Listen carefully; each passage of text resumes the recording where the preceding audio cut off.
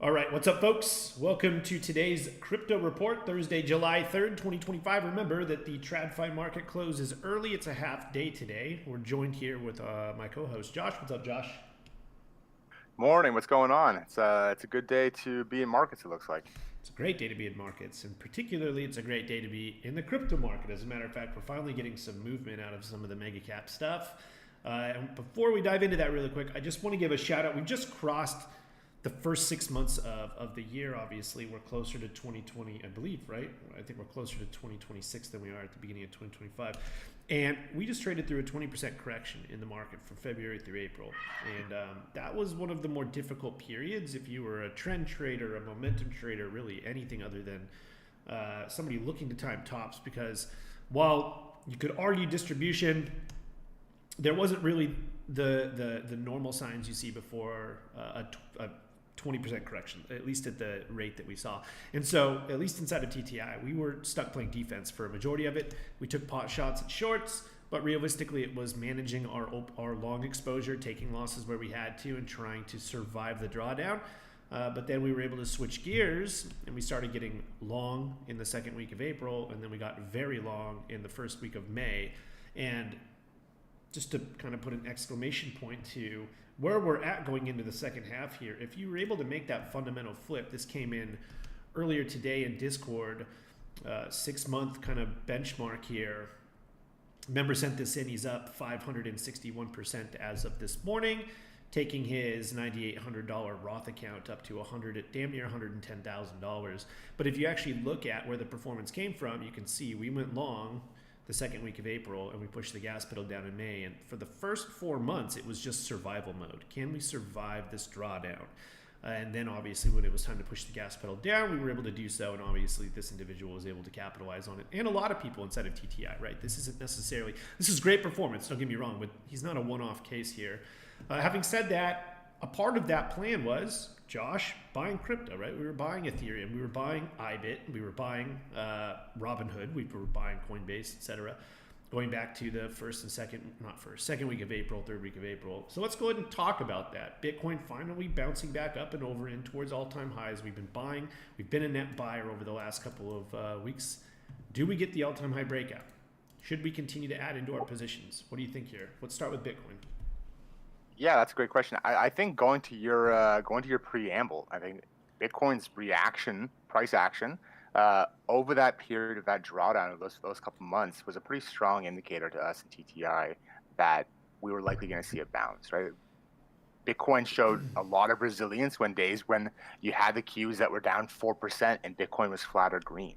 That's not a signal, right? We in TTI utilize Bitcoin as a global liquidity and risk asset to understand, where markets potentially may be going.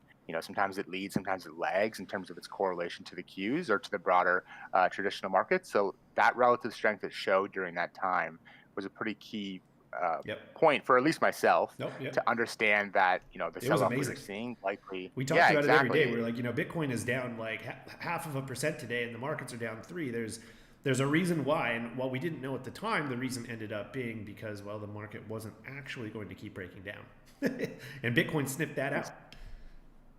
Absolutely, exactly. And since then, since the lows on April 7th, Bitcoin rallied 47% spot. That's not a leverage trade. That's just from the bottom to the current top. And so, your question of is this rally going to continue? Are we going to break out to all-time highs? I emphatically say yes. I know you do as well. You're just kind of lining it up. You know, Whether you want to look at recent price action as a extended bull flag or maybe a tighter range, looking at that kind of 102 to 109 level, we're breaking out regardless. And so I think over the coming days, as we see price continue to break higher, we get that breakout. And like you said, we've been adding to positions across Bitcoin, Ethereum, and some other names over the last few weeks, even the last month. And I think there's still an opportunity for that. I think once we get to the 110, 111K area, whether that's a god candle or we just slowly grind up, that might be one of the last times to add into those IBIT positions until we really just sit on those until we let them go at 130, 150, 180K Bitcoin in the coming months. I think the thing most people don't understand, particularly about crypto, if you're older, you're used to TradFi markets, is once these things break out and start trending, they trend very hard. So the easy trade, which it's never easy. I'll be the first to say it's never easy to trade this stuff because it moves just so much faster than the TradFi market. Unfortunately, because it moves so much faster, it also attracts people with like 7-second attention spans, which is why Bitcoin has been consolidating in a bull flag going back to the middle of May. And here we are 5 weeks later, and people are calling for Bitcoin going back to $10,000 are crazy. If you can sit in these positions prior to the actual breakout, if you're trading options like we are with IBIT, or if you're in spot Bitcoin or whatever you're trading, if you buy with the expectation that you're just going to wait for the next breakout, you're not going to miss it. The hard part is if you do miss the next breakout, which as Josh stated is 110, 111, the top of this flag here. These things, as you saw back from the 70K range to 110K range, these things go, and then it's very, very difficult to get in. We saw it back in January of 2024, broke out and ran from 40,000 to 70,000, and then we chopped for like 6 months straight. If you miss those like spurts of moves, it's very challenging to find a way to get into that play, because you never know if you're buying the goddamn top. And that's the hard part about this stuff, right? Yeah, exactly. And the one thing with Bitcoin, with crypto in general, is that given the 24-hour nature, like there's a good chance you may have orders in the books for market open if you're getting IBIT options. That can explode at 4 a.m. You're fast asleep and you wake up and Bitcoin's $10,000, $5,000, $15,000 higher, and now you're chasing it. That's something we want to avoid. So, while we kind of consolidate at this range high, obviously there's that risk that the range high gets rejected, whether bull flag, range high, whatever you want to chart it as. But like you said, that's something you kind of have to expect, and you price those in this example IBIT. A lot of us are pricing those options to zero so that you don't have to perfectly time it and make sure that you're up at 3:30 a.m. to catch the exact second. As a matter of fact, let's talk about that really quick. Because of the 24-hour nature of crypto, how many times, and I know you do this, so don't cop out on this. I used to do it too. But how many times would you wake up in the middle of the night and look at your crypto portfolio at 3 in the morning, 4 in the morning, and you're like, fuck. And it's down 10, 15%. Bitcoin's down, I don't know, we'll say 5% or something. You're like, God damn it. And then you go back to sleep if you can. And then you wake back up a couple hours later and it's right back up to break even. Like, how often does that happen? If you're trading IBIT options or ETHA options or some of the newer ETFs that are coming out, the cool thing is you don't have to worry about what's going on 24 hours. You worry about obviously regular trading hours because that's when you're doing your work. So all of the noise that happens when you're asleep, you don't necessarily have to pay too much attention to, which if you're trading like leveraged Bitcoin perp swaps like I used to do, I was up fucking like I was trading till 3 or 4 in the morning because you'd get liquidated. Oh, yeah. There's no time out. So yeah, I couldn't agree more. And that obviously happens to me as well. So I think one thing from that point is I always hear on, FinTwit, crypto Twitter, that, oh, this is the time to lock in. You need to give up time going outside with family, working out. Like, you just got to focus on the charts. And like, that's not what is preached in TTI. And even as someone like myself who looks at charts all day, I disagree with that. But you can go out and do stuff.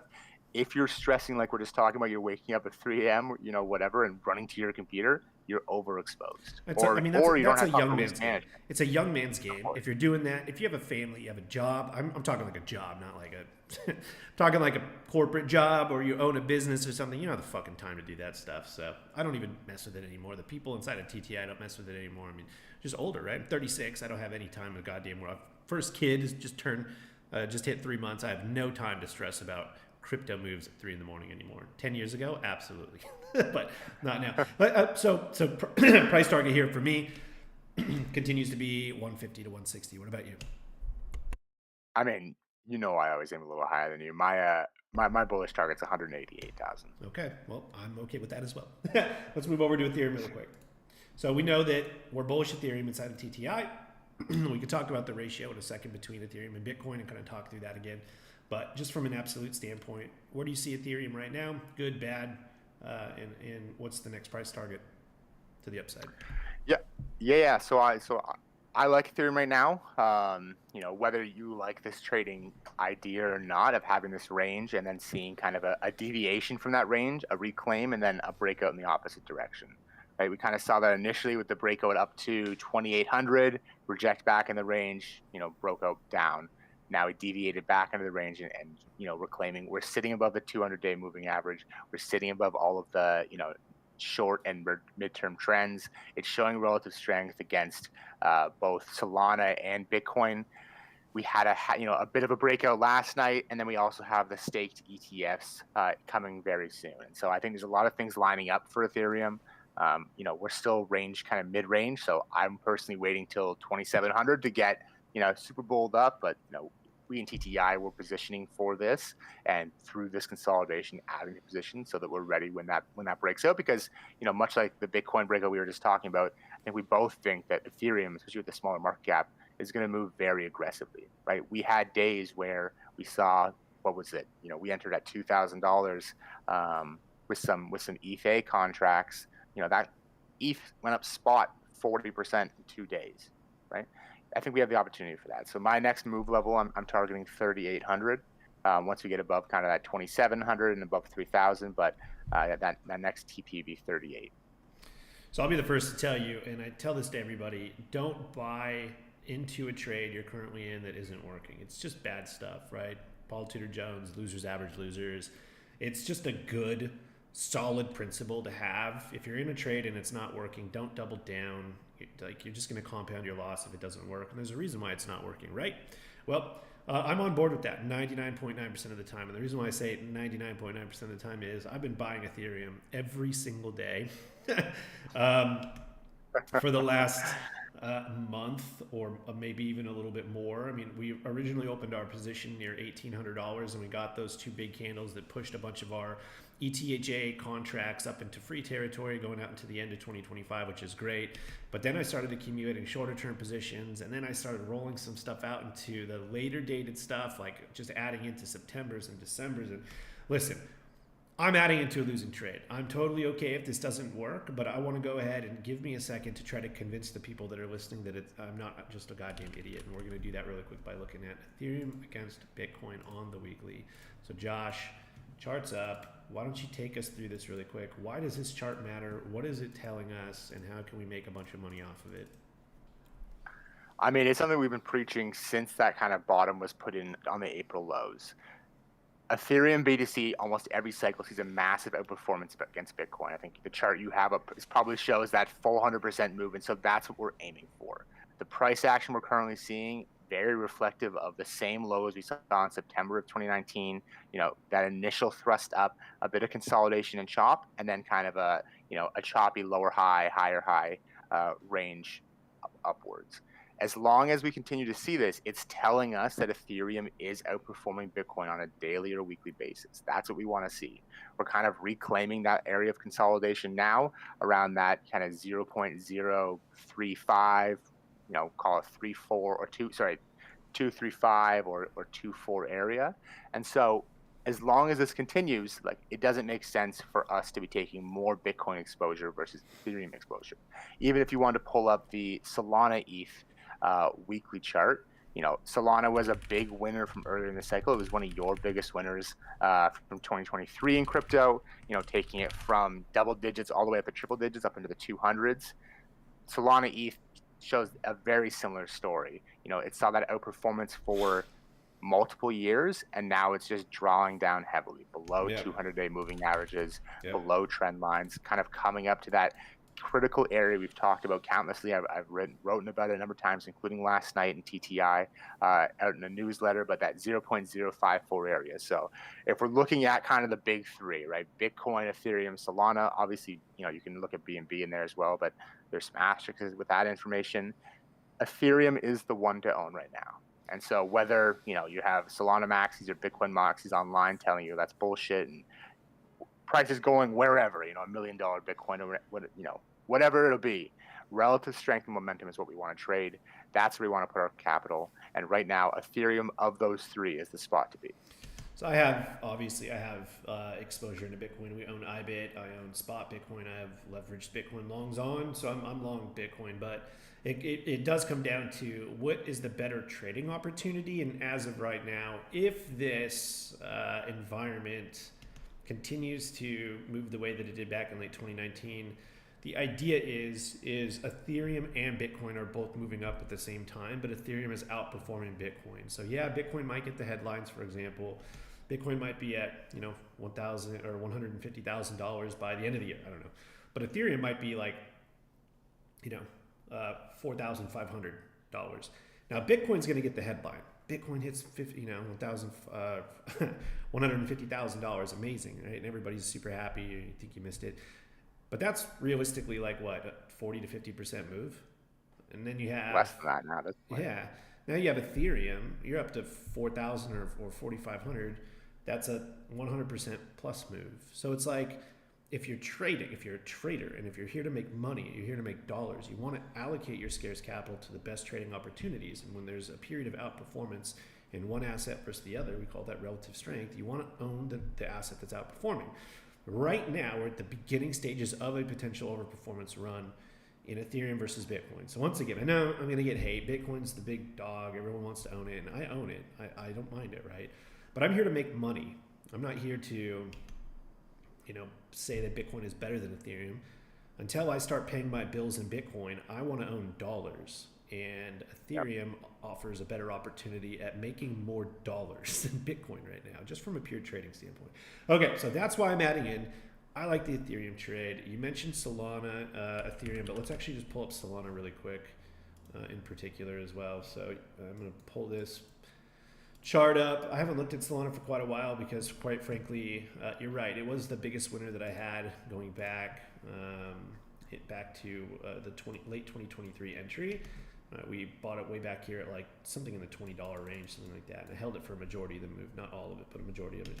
And now I don't own any Solana. As a matter of fact, the last 3 times I've tried to own it, I've got stopped out. It was for losses all 3 times. So I've just stayed away from Solana. What are we looking at here in terms of potential entries? What would make you want to actually start allocating capital to this part of the market again? And what's the overall profit target here, assuming that this, along with the rest of the crypto market, legs up? Yeah, absolutely. So perfect timing. I wrote up a short Solana newsletter last night because yesterday actually was the first day of a new Solana staked spot ETF launching in the US. So now, folks in TTI, you can now go ahead and actually trade Solana in your traditional brokerages. Same way that you're trading IBIT, same way that you're trading ETH. So that opportunity opened. For most, it fell pretty flat. It had about $33 million in inflows, $1 billion in volume yesterday, but still underperformed Bitcoin and Ethereum, specifically Ethereum. Ethereum had a 5-6% day. Solana had like a 2-4%. Right now, it's mid-range, right? This isn't something that I think we want to take unless you're looking at lower time frames. If you get down to that H4, H12 candles, you can kind of add in on the lower highs it's been putting in.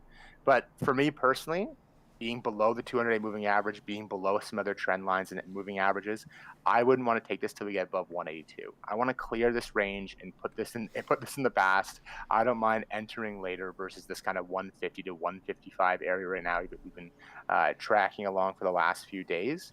And if we can get above that 200 moving average, if we can get above this 182, then I think there's an opportunity. The other thing is we're going to, at that time, want to look at Sol BTC, look at Sol ETH.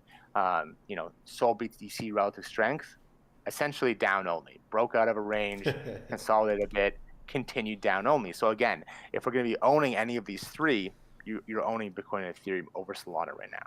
And now, will that flip? Are there things coming? I think that's it. Yeah, it could flip, but it hasn't yet. So let's not even And I think too many people spend too much time on the what if situation. We were just talking about this earlier today with one of the great guy over in the chat room on the market research side, and he was thinking about rolling a TradFi position. I think it was SoFi or something. And, he has another 6 weeks or something left on his options contracts. And so I asked him, I said, listen, these are working. Why would you, the thought process is, why would you sell something working now to reallocate capital into something that might work later? Why spend all of that effort, time, and energy and potential opportunity cost of closing something working now to trace something that might work later? But it might not. The thing that you're in right now is working. So you're closing current profitability for future expectation, which is not yet confirmed. And so it's the same thing when you're thinking about all these different majors in crypto, right? It's, okay, you might like Solana because for whatever reason you like Solana. It doesn't necessarily matter. You waste all of this fucking time building out this big game plan to own Solana just to have Bitcoin and Ethereum outperform it over the next 3 years, what a fucking waste of time. And if you're sitting here waiting to own Solana, it's a terrible, terrible use of your time. Opportunity cost is a bitch. Maybe Solana runs, doesn't run as much as Ethereum and Bitcoin. Remember, your goal as a trader is to make the best fucking position, or the best decision that you always can. Owning laggards very rarely is the right decision. Very rarely. Sometimes it does. Like you said, if Solana flips, egg on my face, own it. I'll own it with you guys, but we're below a downward sloping 200-day moving average in a range. It's not outperforming Bitcoin or Ethereum right now, so fuck it. Exactly. Great point. And so that whole theory has been true for the last 2 years, right? We were saying nonstop, owning Ethereum, that is the laggard of the three big names. Like, you should not be owning Ethereum. You should be owning Bitcoin or Solana. Solana went from $6 to $290 at the current top, right? Bitcoin went from 15,000 to currently 110,000. Ethereum went from, at the lows, 900 to 4,000, right? So the dynamics have shifted simply now. And, would I be a potential buyer if Solana got back down to that kind of $120 level? Maybe, but if the market's trending down that way, at that point you probably should be reevaluating what's going on in the market and why it's down, 25 to 50% on every good bullish headline you can imagine, right? Whether Solana's launching tokenized stocks, which they did this week, versus other things. So yeah, 100% need to go with momentum, need to go with relative strength. And if you're preferably trading the majors, then you need to be going with, Bitcoin, Ethereum, maybe a couple other majors, we can XRP, BNB, etc. But look at those ratio charts to make those decisions. Okay, last chart I want to look at, and then we're going to hop off here because it's a holiday week. Markets are going to TradFi markets close in an hour and a half, right? I think they close at 1 today, and it's 11:30 now, almost 11:30. So last chart here, and then we can hop off and enjoy the long weekend. Is the total crypto market cap. We've had our risk on level above 3 trillion. We said as long as we're trading above 3 trillion, you have to be long in some capacity the crypto market. That represents a new cycle high and the beginning of a new potential secular breakout. I say secular because the crypto market, the cycles just move faster than the TradFi market. Okay, so don't kill me. But secular breakout here above 3 trillion. Obviously, the drawdown from February through April kicked us out of a lot of the crypto positions. I got killed on almost everything I owned, actually, except Bitcoin and some of the stuff that I entered super early. But we're back up at over 3 trillion. We're building out a flag. I think the odds of us reaching $4 to $4.5 trillion before we retest 2.5 are very high. I will say that personally, for me, below 3 trillion, there's no more money being added into the crypto space. I will obviously sit on positions, but if we're trending lower and liquidity is coming out of the market, it's not something that I want to continue to allocate towards. But as long as we're trending above 3 trillion, I want to continue to put more money to work in this part of the market. Is that a halfway decent plan? I don't think it has to be any more difficult than that. I think you just need to raise your targets 4 to 4.5 trillion. Come on. I mean, I agree. Right, so where are we going though? All right, give me your target. You don't talk shit and then move on. Give me your target and then back it up. I say 4 to 4.5. Where are you going? Well, we've talked about this before. I look closer to 6 trillion plus, and arguably I would even say a higher number, and that largely comes from signaling from federal governments around the world, right? You have Scott Bessent saying that he thinks the stable coin industry is going to be worth $2 to $3 trillion, right? Stable coins as a subsection of crypto. The entire crypto market cap is currently 3.34. Yeah, great points. Current stablecoin market cap, and maybe that's why we're seeing those explosive moves in names like Circle. You have Ripple launching a stablecoin. You have banks now being allowed to deploy their own stablecoins as well as kind of do DeFi, right? Stablecoins currently make up, I think the number is $240 billion market cap. So the highest position in government in the United States thinks that number is going to 10x in the next 3 years, and then by 2030, I think he said the number is probably closer to $5 trillion to help cement U.S. dollar dominance, right? So if we're seeing stablecoin, and obviously that's not only crypto. I understand that stablecoins don't live in a vacuum of only crypto assets, and are likely going to be expanded across a number of different sectors. But if that market is call it 2 trillion, this market has to go a hell of a lot higher to compensate for $2 trillion in stablecoin market cap. if we're at 3.3. So Yeah. with that in mind, I would say let's aim for fucking 9 trillion, and that's still an undershot. But very broadly, if we're going to see let's get a time frame 10x on that though, because I could say 100 trillion Oh, and eventually years, it might yeah. get there. Yeah, That's fair. the problem. Is the problem is a realistic target within a realistic time frame. I'm on board with you. I think it's a great point, by the way, with stablecoin. But I want to, for the viewers out there, for people that watch this later, I want to bring something up really quick.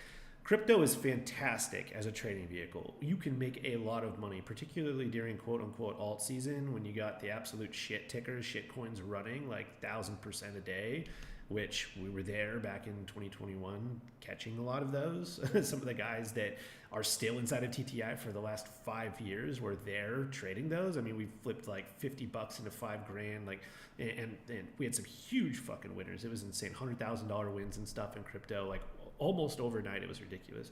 Now that's that's a very niche part of the cycle. So unfortunately, those types of opportunities don't just fucking sit there all the time. But the total crypto market cap right now is 3.34 trillion, right? Just to put things into perspective, Nvidia, which is trading at all-time highs right now, is at 3.9 trillion. So I need to say this to people that it's a great trading opportunity. Crypto market is fantastic. You can make a lot of money there. But in the grand scheme of things, the crypto market is insignificant. It does not matter. If everything went to zero tomorrow, the world economy and the financial markets would not fucking blink. Nvidia and a number of the Mag 7 are greater in market cap than the entire fucking market cap of the crypto market. So I want to put things into perspective here. Great trading vehicle. Is it as important as what most people think it is? It's not yet, at least. Now, I do want to give you homage. I think you're absolutely right about the stable coins. I've been listening to Besant. I've seen what JP Morgan has done. I think, I worked in the industry, right? I worked at Merrill. I think that in the next decade, the banking sector is going to be completely different than what it is now. I think we're going to go through a bigger change in the next 10 years in the banking industry due to stablecoins and crypto implementation than, we have, I think, maybe in my entire lifetime. Yeah, exactly. And so for the near term, call it Q1, Q2 of next year, I think we get to at least 6 trillion. Whether that number gets significantly higher with kind of what we were just talking about in even with stablecoin implementation, right? Let's say 6 trillion by Q1, Q2 of next year. It's not just stablecoins coming in and raising the market cap. You have to assume liquidity flows into Bitcoin and Ethereum and everything else as well, right? Well, that's exactly my point, right? Is that if we're going to see that kind of $2-3 trillion market cap for stablecoins, money will have to be flowing into the system. Real world assets will be tokenized on chain in theory, right? And being utilized. And so you would see that kind of expansion. Now, is the listener's shitcoin they've been holding for 3 years since the 2020 high or 2021 high, is that going to catch the bid and do 1,000x? Probably not, right? It's going to be new stuff. Maybe. Exactly. It is possible. And I even think in front of this alt season that everyone's been kind of talking about, including myself, I think that alt season is going to start when the SEC starts launching all of these altcoin ETFs, right? You have Doge, you have Aave, you have now Solana, you have XRP. They have all these spot ETFs listed, and the probability of them being successfully listed to the NASDAQ is increasing, with a lot of them now in that 70 to 90% probability. Once you start seeing regular altcoin assets being listed, I think that will kind of start be the tipping point of seeing that alt season. Now, I don't think pension funds are going to be investing in Doge, but kind of giving that access to the broader public to remove some of the friction that crypto has can kind of create that initial wave to get people back into it and create that altcoin cycle. I will play devil's advocate, and then we'll wrap it up here. Listing those things also gives hedge funds an opportunity to short them, which is what we're seeing in Ethereum right now. Josh and I talked about it a couple of days ago through the COT report. We're seeing commercials very, very long Ethereum, almost too long. It's like, why the hell is price not doing anything? And then you go and you look at hedge funds are shorting the absolute shit out of it. So it's like suppressing the price. Just saying there's now a vehicle. They're probably already doing it, by the way. They're on. If people don't think hedge funds are on these shady fucking exchanges pulling as much money as they can out, people are lying to themselves. Okay, let's wrap this up. Josh, give me one pick. We're not going to go through the chart. Just give me one pick to look at over this weekend to own. Yeah, okay. Well, given the market, the traditional market's hitting all-time high, there is a name called SPX 6900. It's kind of a joke that the traditional SPX is going to hit 6900. Oh my lord. It is, I know. It's gone from zero to at the highs $1.8 billion market cap. It is a name that has a lot of mind share, and it's putting in a monster cup and handle. Yes, this Currently is. at 128. Yes, this is a So, monster cup and handle. this is kind of a similar, feeling PA to Fartcoin. But I mean, what we're, people want to get behind, cult-like communities and take those higher. It's a crazy valuation, 1.28 billion for a joke about the SPX hitting 6,900, and it has kind of anime girls as their logos. But Shiba Inu, one of Elon Musk's dog, went from 300 million to 54 billion. Yeah. 54 billion, and it did that in, I don't know, I think 18 days in 2021. And so a lot of people get all kind of weary about these billion-dollar memes. Doge can put in a $4 billion market cap move on an average day, moving like 6%. And so I don't think people realize, how much powder could be in the system. I mean, you got Meta hiring people for $100 million. As an employee, there's money out there to move assets. And Yeah, so I mean, this is cup and handle. Cup and handle meme stock. If you're bullish crypto, this is something that you probably want to look at. Entry if you want to front run at 1.45. Move stop up on a breakout above 1.6 to 1.65. If you want to wait for the confirmed breakout, you'd be looking to open up at 1.6 to 1.65, and price target off something like this would be something close to 28 or 3. So yeah, I mean, this is. I'll be the first to vouch. This is Josh's favorite setup. Josh loves cup and handles, and for good reason, by the way. Their cup and handle is arguably top 3 best continuation for Acto in a bull market, which last time I checked. I mean, not arguably. I mean, if we're looking at Bukowski's statistics, like statistically, it is. It's number 2. Yeah, I'm not going to argue, but yeah, no, you're right. And by the way, last time I checked, the NASDAQ is absolutely fucking screaming, and so is the S&P 500. So, okay, folks, that's it for us. Josh, thank you so much. I hope you enjoy the long weekend here. And for those of you that are within the United States, enjoy your 4th of July. If you have any questions and you're inside of TTI, feel free to leave a comment below this video, and we post it over on the market research side, and we'll answer it. Josh, I will talk to you next week.